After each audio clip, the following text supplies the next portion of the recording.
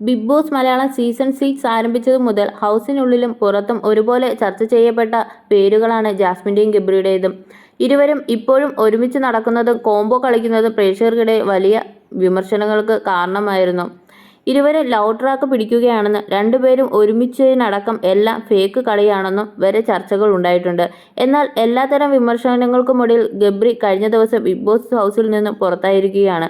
നാടകീയ രംഗങ്ങളായിരുന്നു കഴിഞ്ഞ ദിവസം ബിഗ് ബോസ് ഹൗസ് ലക്ഷ്യം വെച്ചത്. ഋഷി, നോറ, അർജുൻ, അഭിഷേക്, ശ്രീകുമാർ, സിജോ, ഗബ്രി, ജാസ്മിൻ, ജിൻഡോ, അൻസിബ എന്നിവരായിരുന്നു നോമിനേഷനിൽ വന്നത്. എന്നാൽ അതിൽ ഋഷി, അൻസിബ, ജാസ്മിൻ, ഗബ്രി എന്നിവർ ചേർന്ന എവിഷനാണ് നടത്തുകയെന്നും ബിഗ് ബോസ് അറിയിച്ചു. തുടർന്ന് 4 പേരോടും ഇഷ്ടമുള്ള സ്ഥലത്ത് കുറച്ചുനേരം ചെലവഴിച്ച് തിരിച്ചു വരാനാണ് ബിഗ് ബോസ് ആവശ്യപ്പെട്ടത്. തുടർന്ന് നടന്ന എവിഷൻ പ്രോസസ്സിൽ അൻസിബയും ഋഷിയും സേഫായി. ബാക്കിയുണ്ടായിരുന്ന ജാസ്മിൻ ഗബ്രി കോംബോയിൽ ഒരാൾ പുറത്താവുമെന്ന് ബിഗ് ബോസ് അറിയിക്കുകയായിരുന്നു. ജാസ്മിൻ കരഞ്ഞുകൊണ്ടാണ് നിൽക്കുന്നുണ്ടായിരുന്നത്. എന്നാൽ ഗബ്രി സ്ട്രോങ് ആയിട്ട് നിൽക്കുന്നതും പ്രേക്ഷകർക്കിടയിൽ ചർച്ചയായിരുന്നു.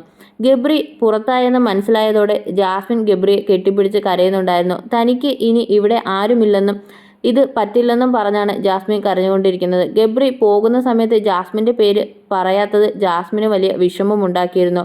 ഇത് പറഞ്ഞ് റസ്മിനോട് കരയുകയും ചെയ്തിരുന്നു. ഗബ്രിയുടെ എവിഷൻ ഹൗസ് മേറ്റ്സിൻ്റെ ഇടയിലും അമ്പരപ്പുണ്ടാക്കിയിരുന്നു. എന്നാൽ എവിഷൻ പ്രോസസ്സിനിടയിൽ കരയുകയും ഇടയ്ക്ക് ചിരിക്കുകയും ചെയ്തിരുന്ന ജാസ്മിനെതിരെ വലിയ വിമർശനങ്ങളാണ് ഉയർന്നുകൊണ്ടിരിക്കുന്നത്. ജാസ്മിൻ്റെ നാടകമാണ് കാണുന്നതെന്നും ഗബ്രി പോയതുകൊണ്ട് ഇനി ഗെയിമിൽ ആക്റ്റീവ് ആകാനായിരിക്കും പ്ലാൻ എന്നുമൊക്കെയാണ് പ്രേക്ഷകർ പറയുന്നത്. ഇടയ്ക്ക് കരയുന്നതും ഇടയ്ക്ക് ചിരിക്കുന്നതും കാണാം. കരച്ചിൽ ആക്ടിംഗ് ആണെന്ന് വ്യക്തമായി മനസ്സിലാവുന്ന കാര്യമാണ്. ആ ചെറുക്കനെ അങ്ങോട്ട് പോയി പ്രേമനാടകം കളിച്ച് പുറത്താക്കിയിട്ട് ഇപ്പോൾ കരഞ്ഞ് അഭിനയിക്കുന്നു.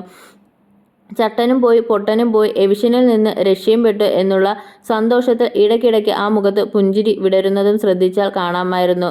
ജാസ്മിൻ്റെയും ഗബ്രിയുടെയും ഏറെ വിമർശനങ്ങൾക്ക് വിധേയമായ കോംബോ ഏതായാലും ഇപ്പോൾ അവസാനിച്ചിരിക്കുകയാണ്.